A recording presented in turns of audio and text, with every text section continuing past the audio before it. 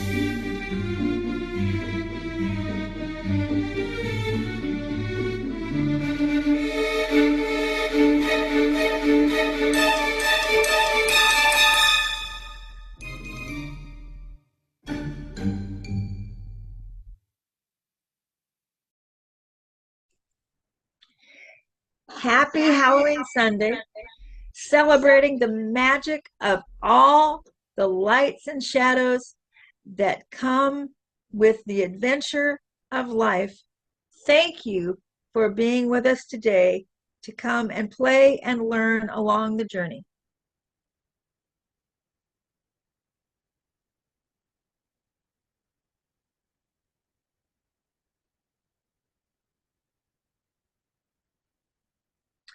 As ever, we welcome all paths to God. We welcome your challenges and your questions, all pieces and paths of spirit, all areas of life, and all parts of ourselves are essential to a world that works for all. So whether you're here with us for the first time, or if you're watching us on YouTube, we thank you for being with us because you are why we're here. Now, I want to introduce a little special interjection we have for our Halloween celebration today. On Friday, Vernon and I got the opportunity to go to Kentucky Kingdom, and we caught this picture that is right at the entrance to the park. And hopefully you can see us among all those lit pumpkins. That is actually the depiction of a Kentucky Derby horse. And so you see the horse there, and he has his display of roses that are actually pumpkins. And then the rider is also all made of pumpkins. And it's really quite the thing when you see it in person. So that's just bringing you all along with us for our little celebration that we did. And so in addition to our Halloween celebration today, we're going to take a relatively rare and precious opportunity to talk about life and death and the relationship between them and how that works metaphysically and spiritually, translating into human terms. There's going to be an opportunity to have some reflection on the process of living and dying in a supportive way beyond the times of loss that we experience when somebody actually dies. In our society, it seems that that is the predominant time that we talk about death, address death, embrace death. And in those times, there's so many things we have to take care of. And, you know, we're in this deep grief process, but really there's a tremendous amount more to be learned from that process. And so today's going to be an opportunity to do that. There'll be a number of readings, and there'll be time for reflection and looking at the process of living and dying from a number of different perspectives and phases of our experience as spirits having a human experience. Now, I'm just checking.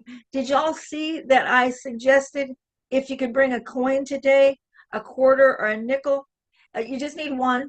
If you have a coin available, you're going to have an opportunity to do a little practice, little experiential that we'll use the coin for. And it'll be a little bit till we get to that. So if you don't have one right now, you can maybe get one.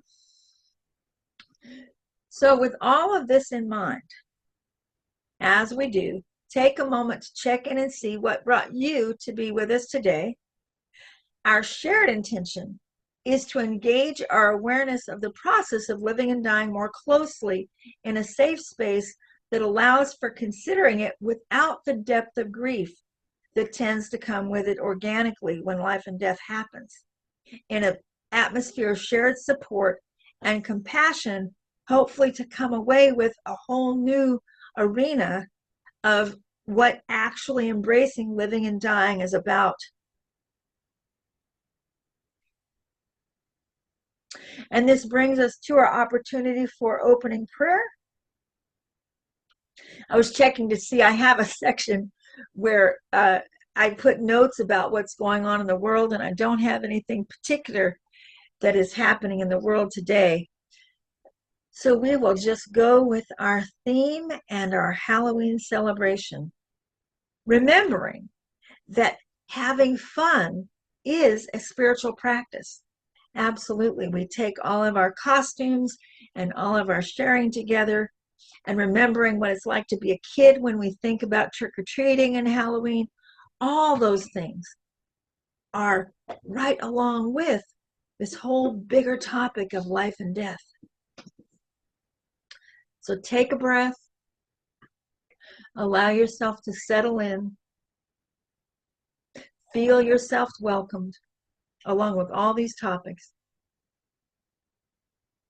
and recognize with me that there is one power and presence that shows up as all of life and death, that shows up as all existence throughout dimensions, throughout time.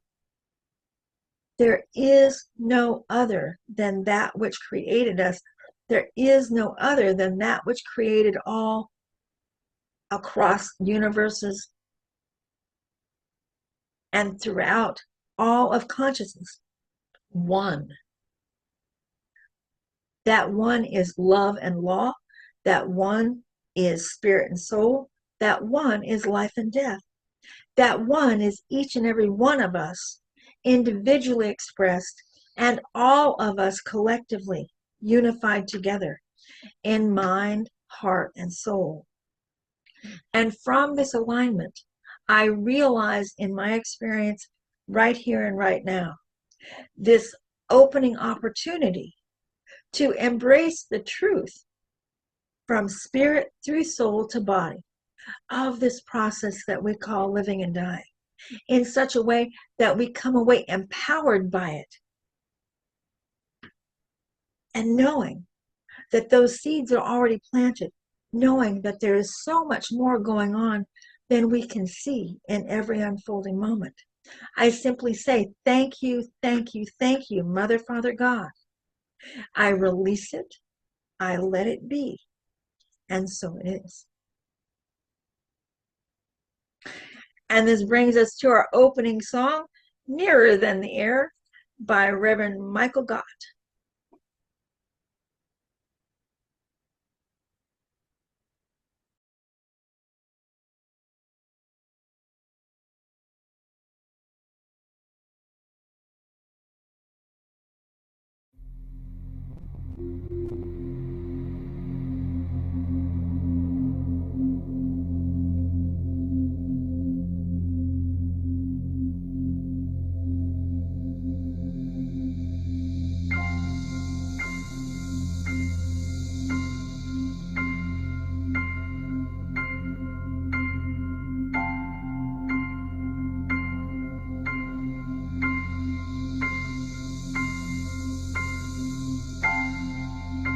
It's like the air around me.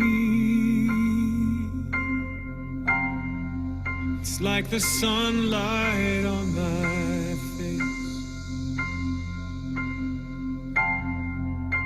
I feel the love of God surround me.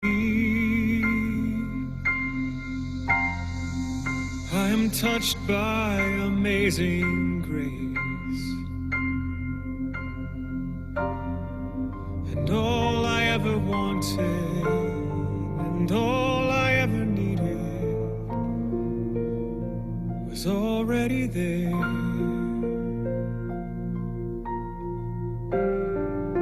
Closer than the sunlight, nearer than the air.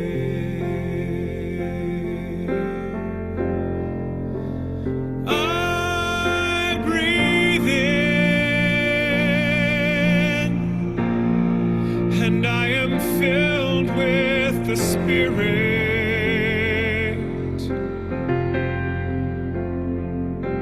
and it is health to my body, it is peace to my mind, it is joy, it is joy to my soul. And I breathe out a simple prayer of thank you.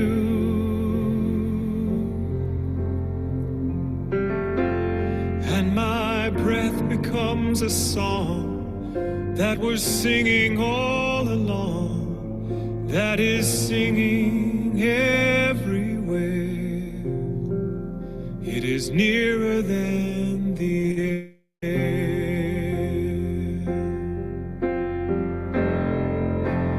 I breathe in, and I am filled with the Spirit. Oh, it is health to my body, it is peace to my mind, it is joy, it is joy, it is joy, joy to my soul. And I breathe out my simple prayer, thank you. And my breath becomes a song that was singing all along, that is singing everywhere.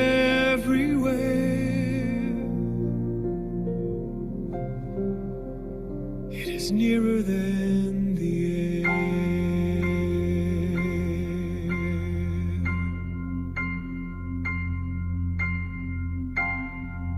It's like the air around me, it's like the sunlight on my face. I feel the love of God surround me. I am touched by amazing grace,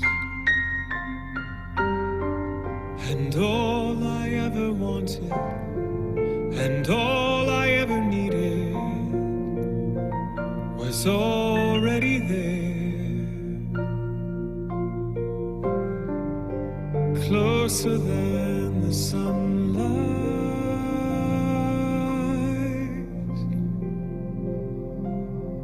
nearer than the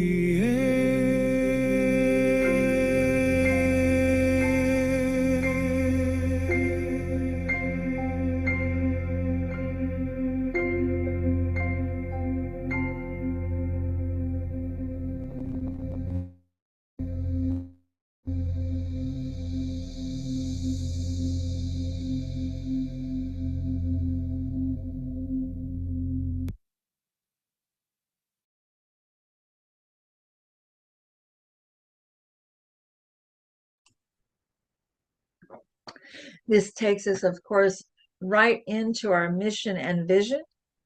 The mission of Louisville Center for Spiritual Living is to teach personal transformation as a virtual community, living the principles of science of mind and celebrating all paths to God, which manifests our vision of a world that honors and respects all people.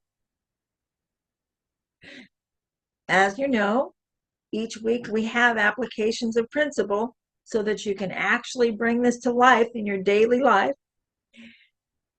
For this week, the Financial Freedom Declaration of Principle is abundance is now. I believe that there is no reality in lack. Therefore, abundance is manifest here and now in my financial affairs, awaiting my awareness of it. And the application for this week comes directly from the Declaration of Principles by Dr. Ernest Holmes. This could not possibly speak more directly to our topic for today. We believe in the eternality, the immortality, and the continuity of the individual soul, forever and ever expanding.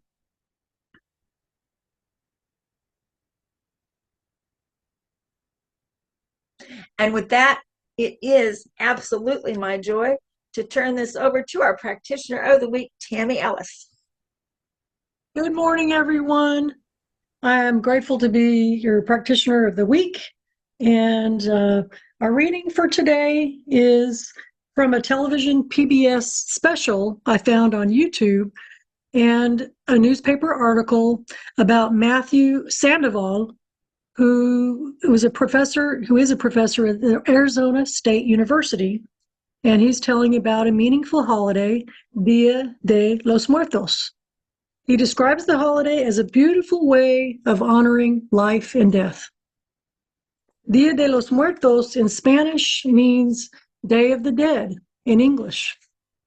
Dia de los Muertos is about grief and joy coming together in a vibrant display of remembrance. It is a day in which to honor and celebrate the people and animals who we have lost and love still.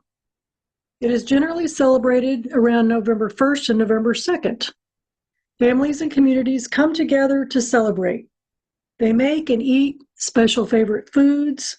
They create colorful paper art and other types of artistic displays. Parades are common, with people dressed up as skeletons and other characters in a wide spectrum of vibrant colors and lively music. This tradition has been celebrated and honored for many years. It has been passed down from generation to generation by the elders. Many families make an ofrenda, which is an altar, and put pictures of loved ones and animals who have died. Also added to the ofrenda, to the altar, are their favorite foods, beverages, anything that was their favorite. The ofrendas are beautifully decorated with bold marigolds, sunflowers, other flowers, and with colorful paper art and other artistic flair. Dia de los Muertos is a public event in many Hispanic communities and in many cities in the U.S. and Mexico and other countries. The Dia de los Muertos celebration is like medicine. It helps to heal and deal with death by people honoring their ancestors and loved ones who have passed and being grateful for the time experienced with them. I also wanted to mention there's this beautiful, amazing animated movie called Coco. If you haven't seen it, I really recommend it. It's about a little boy and his family celebrating Dia de los Muertos together. In the movie Coco, they're able to cross over the veil into a most beautifully illustrated city where they visit their deceased loved ones and celebrate Dia de los Muertos together. Seeing this movie a few times has added meaning to my life. It has increased my ability to acknowledge and celebrate the continuum of life here on earth and death and leaving earth and life after death. It's also helped me to know and experience that love continues to exist between me and others who are on the other side of the veil in this continuum. Let's take a nice few deep breaths in and out together as we move into our meditation today.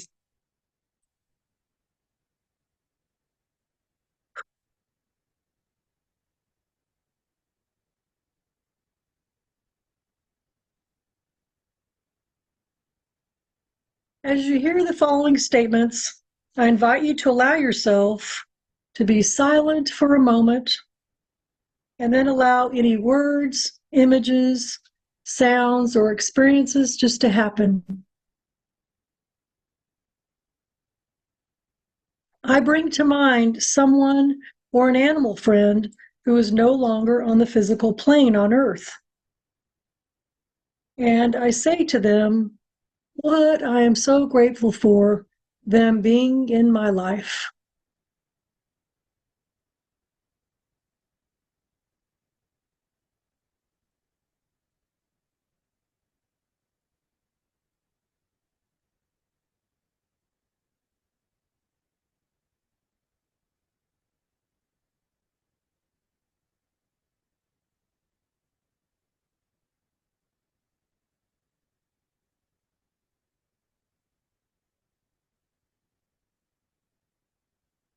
If you're experiencing any sadness with the gratitude, let's just take a nice deep breath and just feel the love that you had with them. Or if there's any other emotions, just taking a breath and release and let go and just say, thank you. I am grateful.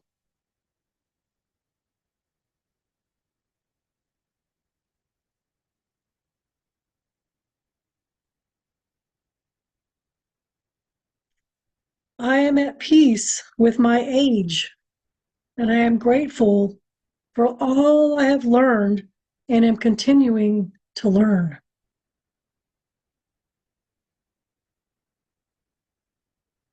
What am I grateful for that I have learned in my life? I now say to myself what I'm grateful for what I've learned so far in my life up to now.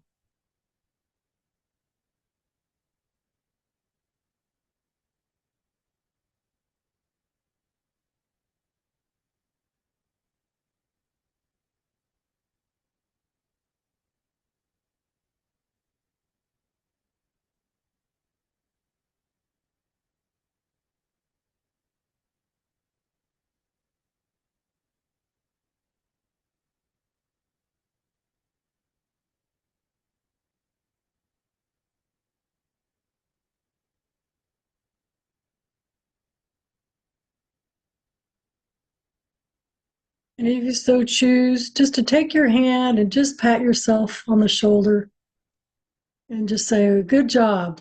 Well done, self. Say your name to yourself. Well done, Tammy, for what you have been willing to have courage to learn so far up this time in your life. This wisdom I have on board right now. Taking a nice deep breath in as we acknowledge that. And release. And I bring to mind now one or a few ways I celebrate my life. Is it going to parades like Dia de los Muertos, seeing the beautiful, fun, vibrant parades? Is it nature? What is that for you? What ways do I celebrate life in my current life now?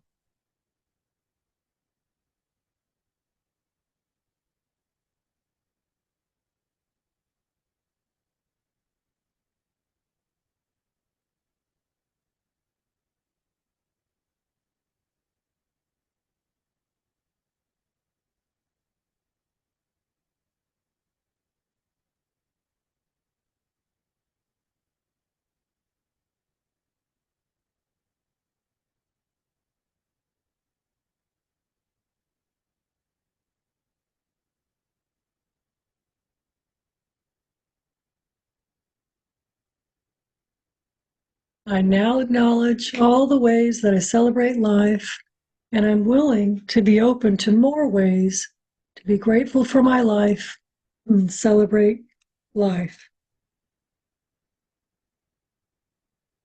As we take a few more deep breaths in and out together, let's take note of anything we'd like to remember from this meditation.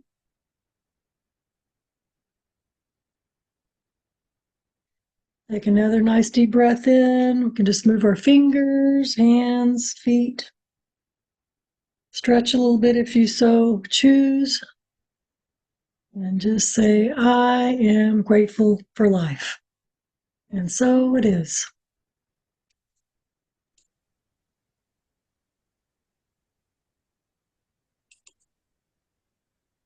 And so it is. I am always so incredibly grateful for our awesome practitioner team.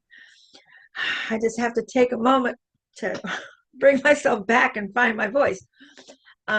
So,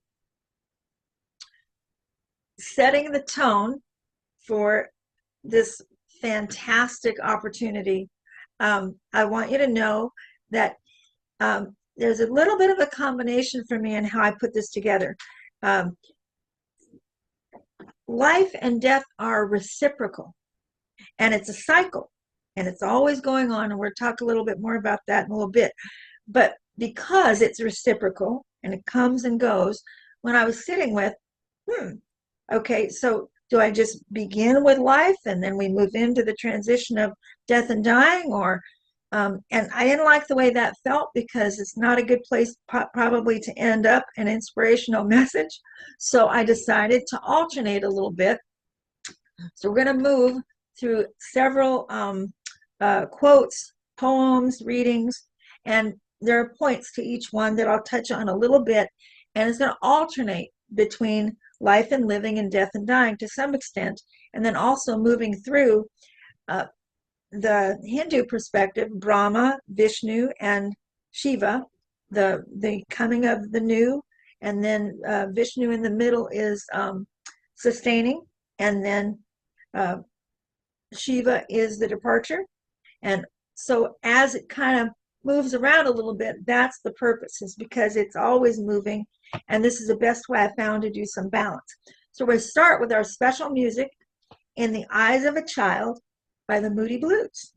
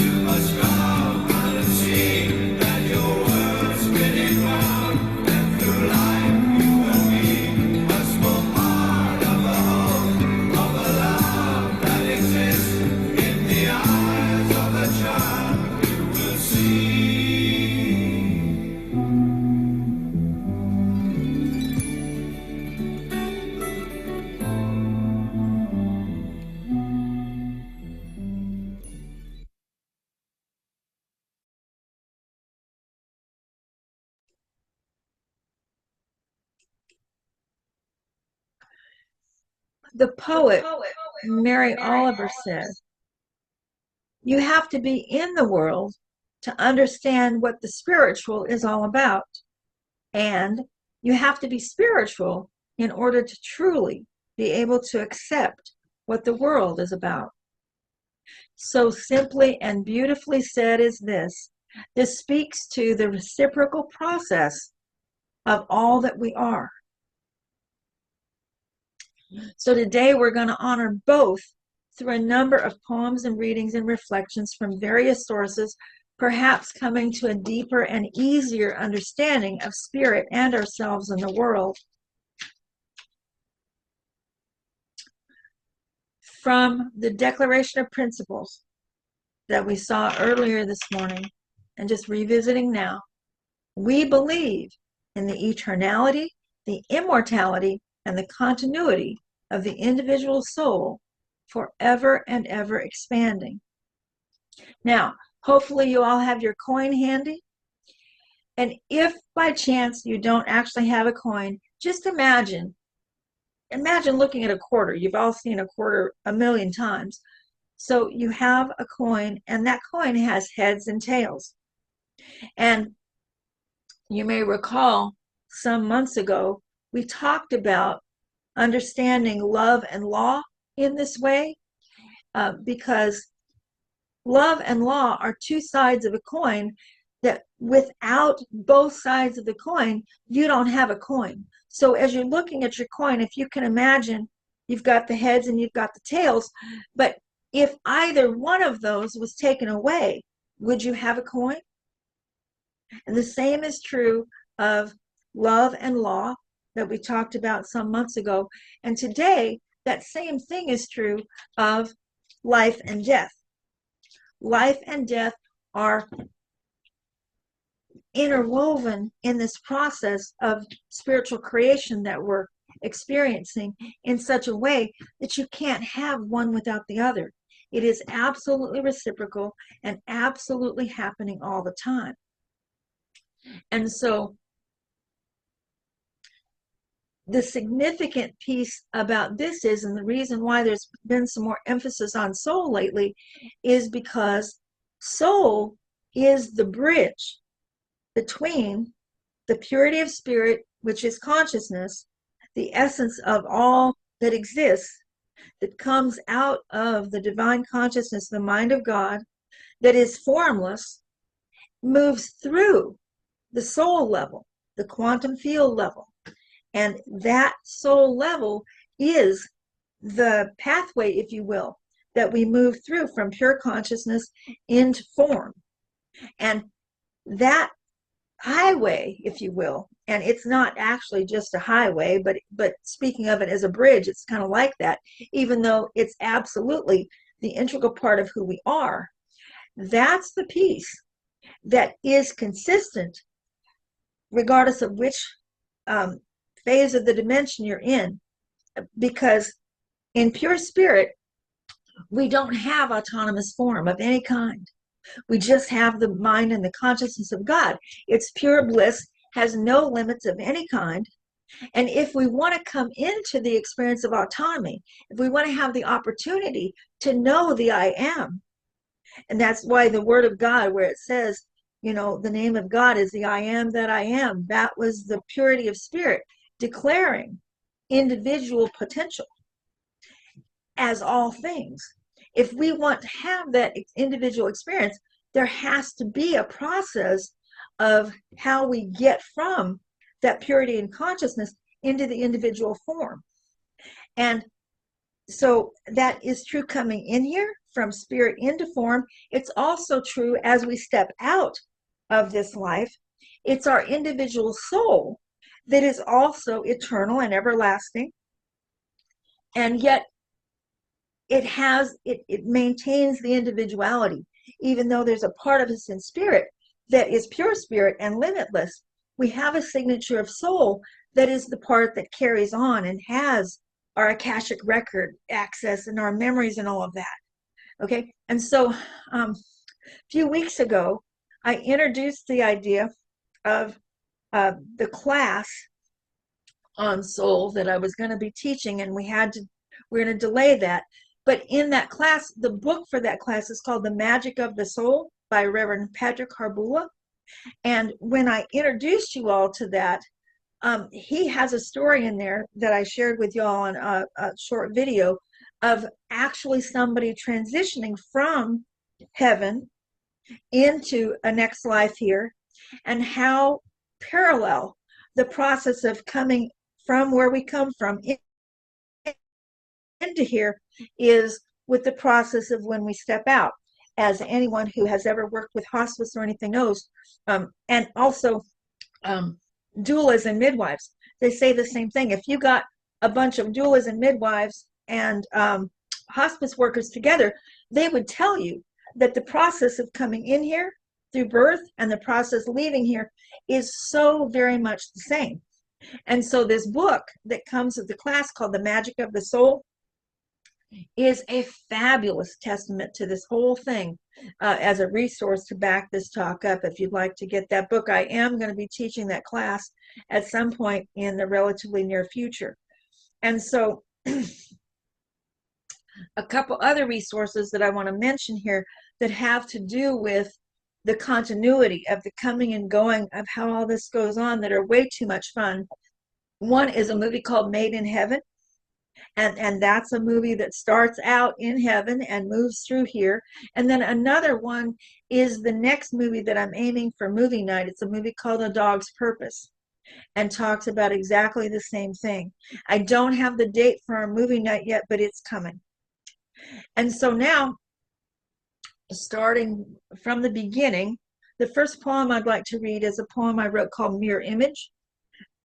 So just take a moment, just drop into a little meditative space and imagine that this is something that we could have all declared to our parents. Mirror image. Spirits soar and marvel, for you and life have brought life itself. Hug me, love me, squeeze me, treat me tenderly, and protect, for my harm is yours. Days pass, I grow, as life is, and you are, so I become. Beautiful child, just like you, echo words of others. Beam with pride. I am what you always knew you could be, but never were. Yet see in me what you cannot stand in yourself, and shudder. And of your partner, strong traces there, an eternal bond grown stronger still. As the two of you in one, I move outward and inward. My world becomes me.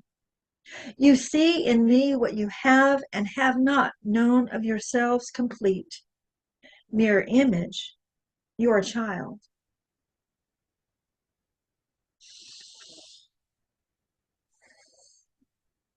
Now, before we shift into the first piece, honoring death and dying, I just want to check who all here has either had or knows someone who has had a near-death experience. With that in mind, you can imagine that new conceptions that don't make it all the way here for any number of reasons, they also have the potential to have what came to me as near-life experiences. Can you imagine if it's so reciprocal, as has been declared by so many, if we can have experiences where we have nearly died but come back, then can you imagine that people coming in here who don't quite make it and aren't able to stay could go back and say, ah, man, I was almost there and this is what it was like, and I think I'm going to try that again. With that in mind, and a closer heart for the idea that the concept of death is, again, so consistent in our psyches that it could have its own being And I think some of you have probably heard before, if you've ever been with someone who's in the process of making transition, there is a presence that comes, and that's true in my experience and in many people that I've talked to. There's a presence that comes when someone's in the process of stepping out. And so this poem was actually written, I wrote this for Jesse Jennings' aunt, Anita Catherman, very dear friend of ours. And I was with her in the last 24 hours of her time here, and I wrote this in her house. A requiem refreshed. Death, come calling softly. I hear you whisper on my wind. I know your time must come to call. Relax your reaper grim. For as there is high time for birth, so too the perfect time to die. Thus is the holy, enduring way of Gaia's balance realized. I expect this task must take its toll, forever causing people fright. You would at once reveal your ease, would resistance relinquish mighty fight. Alas, as my contract closes, as my candle wick frays thin, come kindly lead me by the hand. Let us embrace as newfound friends.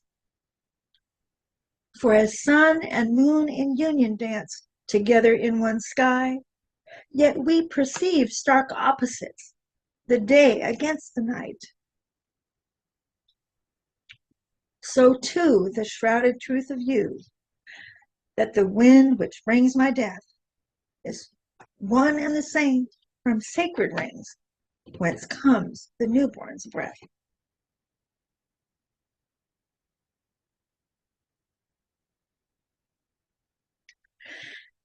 And there's another movie that is among my very favorite movies of all time that's called Meet Joe Black.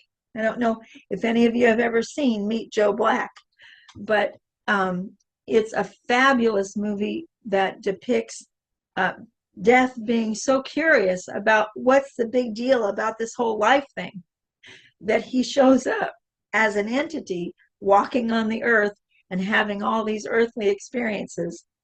And I'll just leave that there. If anybody has any questions about that, you're more than welcome to ask me, because I know that's like opening up a can of worms, but it's a great movie. So again, I will say that death and new life are cycling through all the time in this dimension as a continuous process. And one of the things that I realized is, the English language is so clunky that we don't exactly know how to express this. In my own process, when I really was trying to come down to, so what is the deal with the idea that death here feels so permanent? If it's not permanent, then what's our problem? And I realized that I think it's possible that our actual deepest fear is not so much of the cycle of moving through death onto the next experience, because there's always a part of us that knows this. The part of us that is spirit absolutely knows our eternality, and our soul has been through so many experiences that if you tap into that, even if you don't remember exactly, there is a sense of timelessness. There's a sense that no matter how old my body is, there's part of me that's not ever going to change, and that part of us is what is always continuous and going on. And I realized that it's more accurate to me to say that our deepest fear is of non-existence, because in realms other than this dimension, there is no death. The whole thing of bodily dying here is temporal to this dimension, as everything is. Everything in this dimension is subject to change, which that's what temporal means. It's temporary. It's going to change from one form to the next. And if we can realize that there is no non-existence, and so this is the way Ernest Holmes put it. Ernest Holmes tells us in The Science of Mind, so we prepare not to die, but to live, The thought of death should slip from our consciousness altogether, and when this great event of the soul takes place, it should be beautiful and sublime, a glorious experience of moving on to what's next. As the eagle, freed from its cage, rises to its original height, so the soul is freed from its home in this heavy, fleshy body and will rise to return to the house on high, unafraid. And then he wrote, when death shall come, and the spirit freed shall mount the air, and wander afar in the great nowhere, it shall go as it came, free from sorrow, sin, and shame, and naked and bare through the upper air, shall go alone to that great nowhere. Hinder not its onward way, grieve not o'er its form of clay, for the spirit freed now from clod shall go alone to meet its God. And that comes out of the Science of Mind, page 388.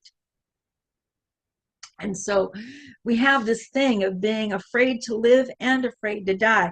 And I know my mom knew that she was on her way out for about a year before she actually made her transition. And within that year, she really had to face her fear of living and her fear of dying, because there's a part of her that had been afraid to live all of her life, which is part of why she died so young. And then when she was actually facing her own death, then, she started reaching back for life. And she found that there's a book called Afraid to Live, Afraid to Die. And I did not get the author of that. I meant to, but when I do the write-up about this, I'll see if I can include the author to that book. And so have just a couple of poems that address the midterm that we have while we're here, and what challenges us about the fact that for every day that we live, there's a part of us that knows that ultimately we'll step out one day, and finding that courage to live as fully and completely as we can. So one of these is a conversation with God. I met my God for lunch today. He said, your dreams are at hand. Why have you not embraced them? I have come to understand. I said, this image in my mind's eye is beheld near and dear, yet within crevasses of my heart, 'tis not so crystal clear. For when I emboldened take the plunge and realize my dreams, familiar yarns shall come unspun, my heritage lost to ancient streams of staunch and never-ending doubts, out of which I am born and bred. Alas, I am as yet unfit to hear such farewells be said. Well, God sat back and had a chuckle, and then long he smiled at me. Oh, he said, my beloved child, however shall you come to see that the unraveling is intrinsic to the plan? It is all of grand design. When all originates in me, no less can ever be thine. So the comfort zone comes and the comfort zone goes. There are twists in every turn. Yet if in me you will trust and jump, pearls of wisdom shall you learn, that once a love has come to be, 'tis beheld for all eternity within the palace box of secrets, and the dream is the golden key.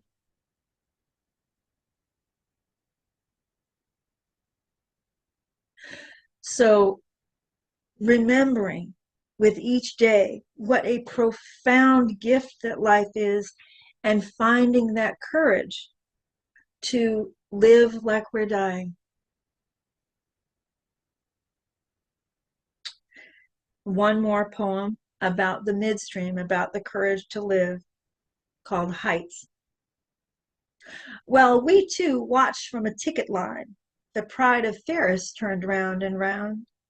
Its patrons to me seemed so like my life, no sooner up than sweeping down. I thought at first to pass it by, but for the tugging at my sleeve, and meeting with her big brown eyes when she asked, Daddy, Can we please take just one ride and from the top see all the lights of town? Such sights impelled my knees to quake and caused my heart to pound. But ride we did, and once aboard, I asked myself, why not?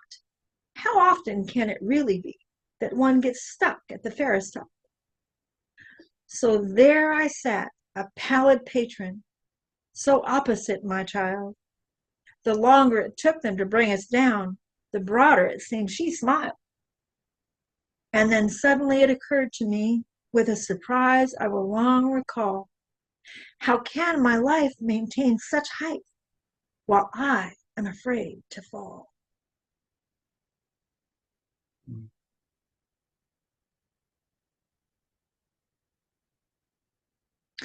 And so I think the question is how not to be afraid, but to ask ourselves, what would it take? What kind of support would I need?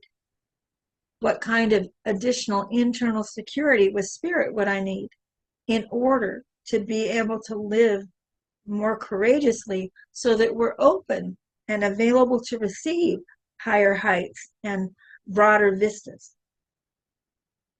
Now, coming to close to a close, there is one other thing that occurred to me that doesn't get addressed often enough, and that is the profound number of people that leave this planet that don't get acknowledged. Their passings don't get acknowledged. There isn't an ability to have completion. If you've ever had someone go missing in your life, then you know. If you don't know what happened to them, even a pet,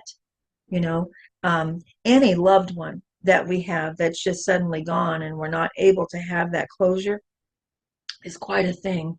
And there have been so much of that with everything that is going on. I elected to include this. This is called Ode to Unsung Passings. And I just encourage you to breathe. And if you have never had this experience, perhaps just open your heart to those who have. No moment of consciousness dawning that with the angel of death you have flown. No phone tree among friends and loved ones, declaring and sharing that you are gone. No memorializing obit that with your picture in the paper appears. God only knows the hearts untold, now left aching with uncried tears. No appointment with the funeral director to honor what final wishes might be. No impossible decisions in time will endear these moments to me. No program to hand-gathered mourners seeking solace and communion in grief. Your songs and stories left unsung.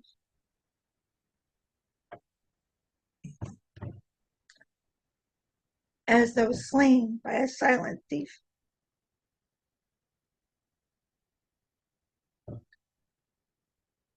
No pallbearers to carry your casket for remains underground to inter. Nor urn to contain silken ashes, soon scattered on the winds over earth. No chance to express all my feelings or close the door as you left.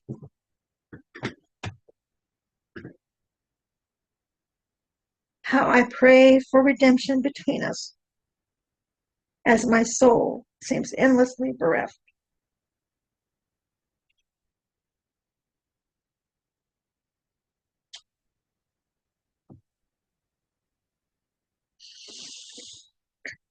Taking a breath and creating space.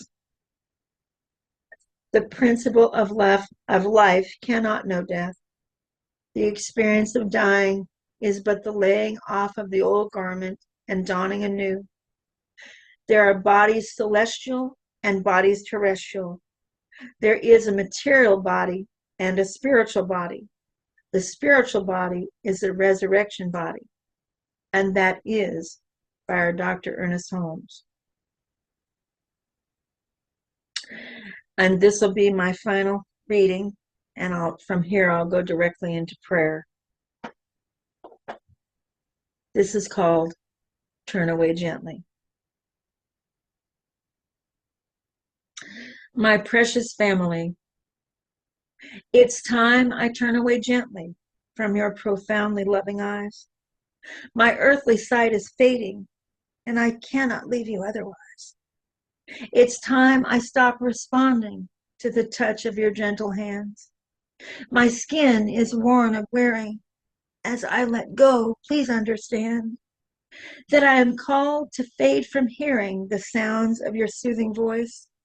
God knows I would simply take you with me, were that not a selfish choice.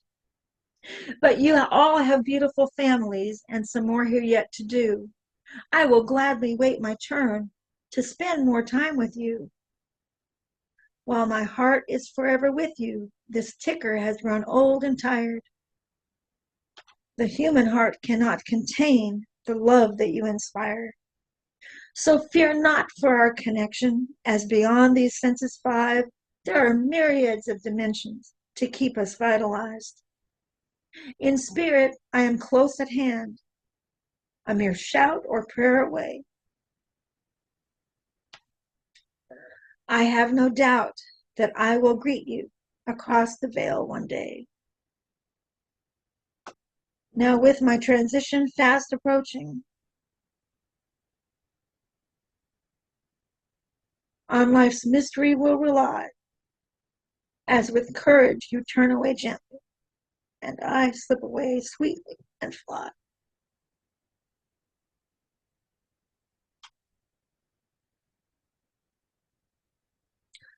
Trusting, trusting, trusting to recognize the one in, through, and as all that is, coming and going and coming and going again. Nothing is ever created or destroyed. It's all continually in transformation.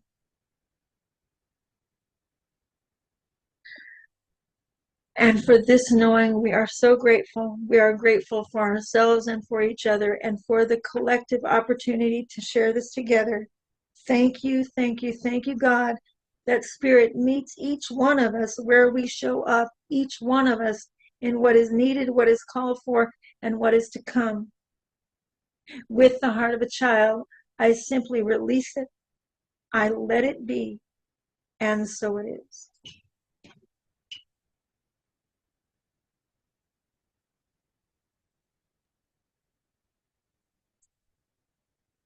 Thank you, Reverend Vicky, for the acknowledgement of the life-death continuum. It's not always easy to do, but thank you for allowing us the space to do that together.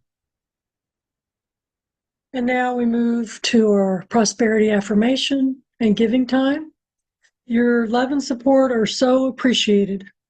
You're welcome to give by credit card, debit card, online with PayPal or Zelle. Or you can, my favorite is snail mail, because I love to put stickers on the envelope. It's fun. So you can mail your check to, if you like, to Louisville Center for Spiritual Living, P.O. Box 43958, Louisville, Kentucky 40253. And you'll see the links in the chat.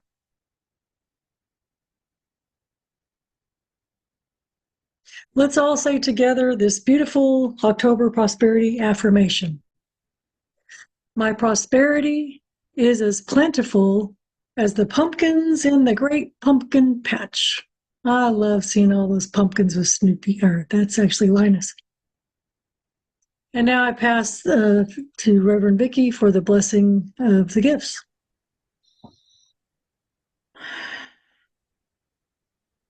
Knowing that Spirit loves an opportunity in balanced alignment, I name, claim, and declare the good and the expanded good as it moves through our little multiplying basket and goes out into the world to prosper all of those who are within our reach. Thank you for your gifts. Thank you for your willingness to bring your talents, time, or treasures. All of it is equally taken by God and made to the very highest and the best. Spirit knows what it's doing with this work. And so I let it be, and so it is.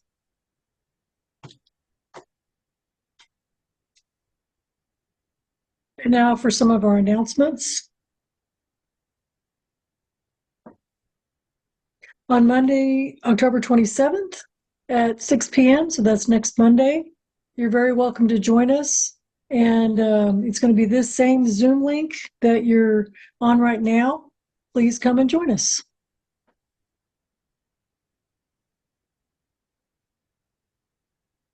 Next week, we have our own wonderful Reverend Vicky Jeter speaking. And so, golly, that'll already be Sunday, November 2nd is next Sunday. And she's going to speak on radical gratitude and radical forgiveness.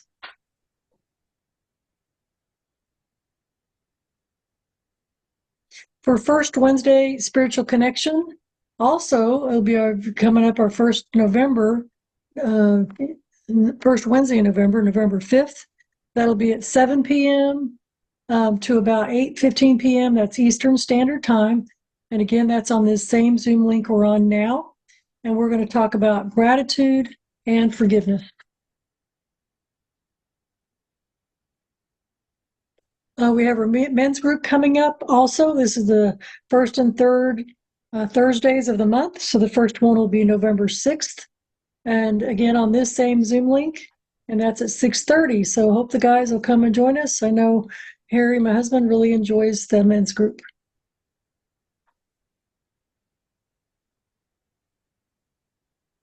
And I pass this to you, Reverend Vicky. This is very exciting, y'all. First of all, we want you to know that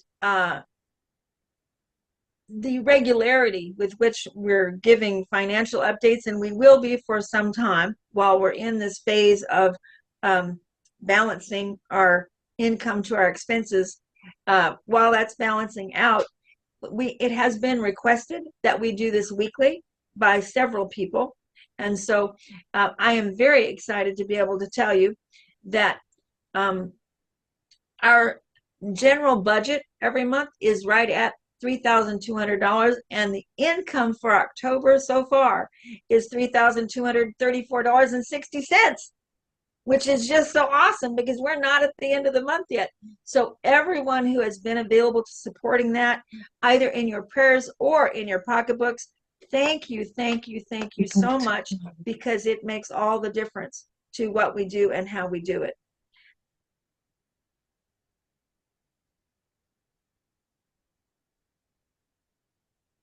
For the benediction, please join us for sharing time after the service.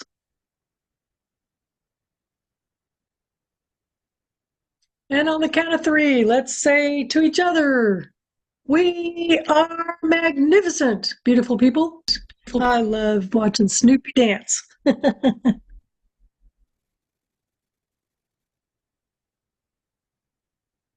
And for our closing song, please enjoy I Am Light by India Ari.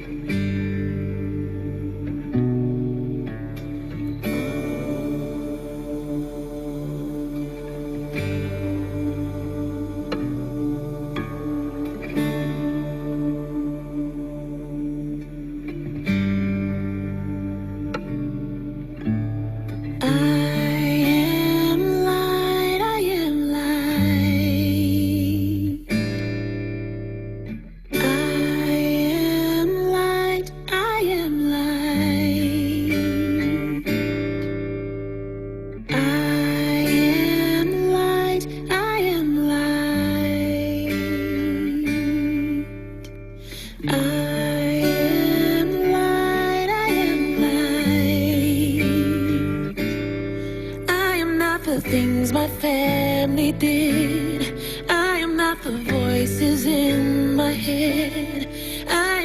the pieces of the brokenness inside. I am light. I am light. I am light. I am light.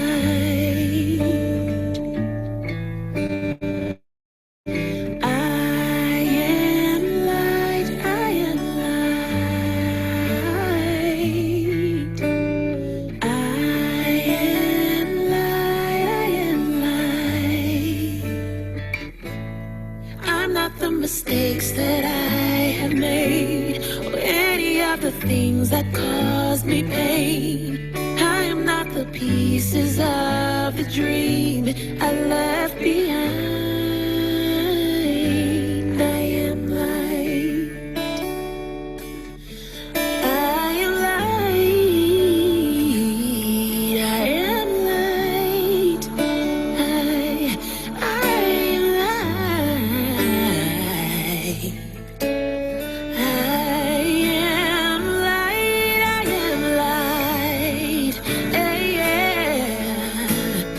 I am light. I am light. I am not the color of my eyes. I am not the skin on the outside. I am not my age. I am not my race. My soul inside is all light. All light. Oh, light. Yeah. Oh, light. I am light. I am light. I am light. I am light. Yeah. I am divinity defined. I am the God on the inside. I am a star, a piece of it all. I am light.